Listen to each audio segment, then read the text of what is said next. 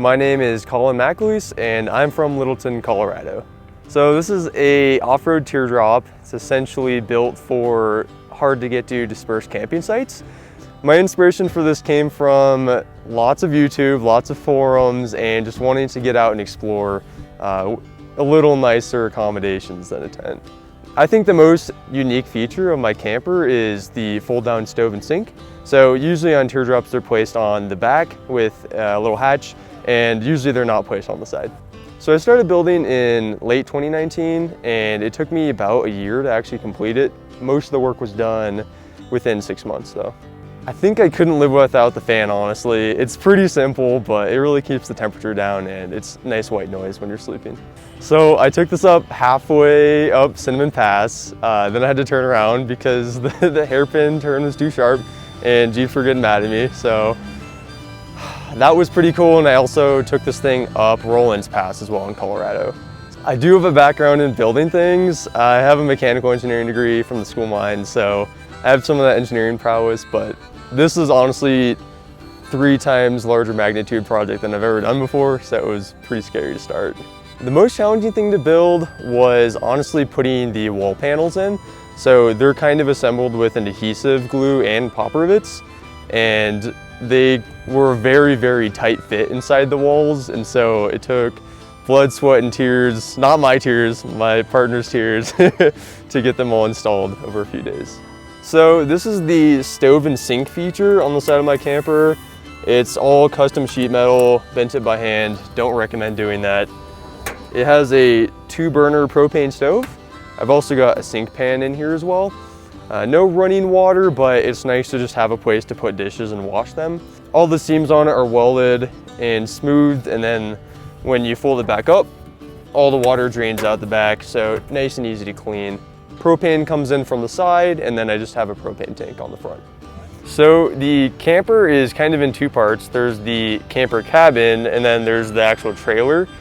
I built the trailer in just a few nights. I was kind of questionable about it at first because I'd never MIG welded before and I wasn't really great at it at first. It was very questionable, and then I had to cut into some of the welds in order to modify part of the trailer, and it took me half a day to remove the welds, so I have no more questions. So this is an off-the-shelf Bulldog jack that I modified because I kept denting my other one to a point where the bracket's bent and I couldn't use it anymore.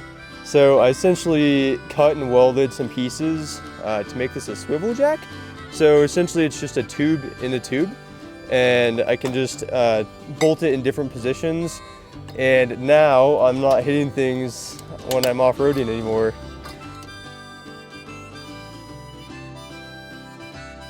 So the main focal point of this camper is really these cabinets. The way that you walk in and kind of get pushed into the space is something that I very intentionally designed. They also have just enough space for 2 people for a week-long trip.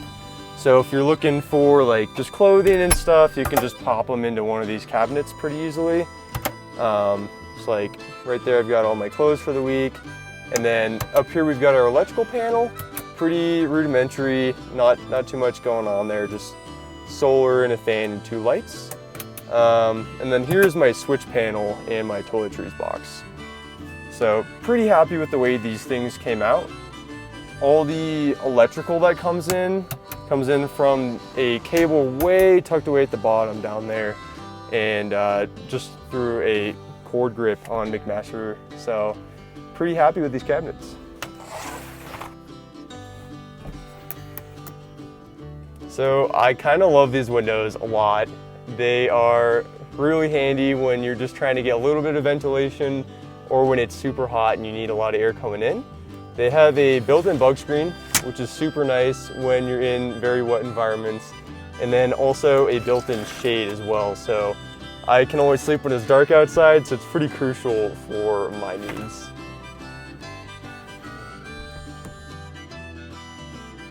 So this is kind of just an underbed storage tray, slides out when the bed's down, pretty handy.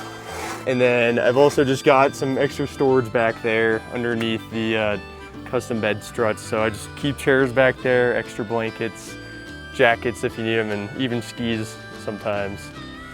I don't have any trips planned yet, just kind of happens spontaneously, which is kind of why this option is so nice. So just being able to, pack up and go wherever you want within a few days is cool.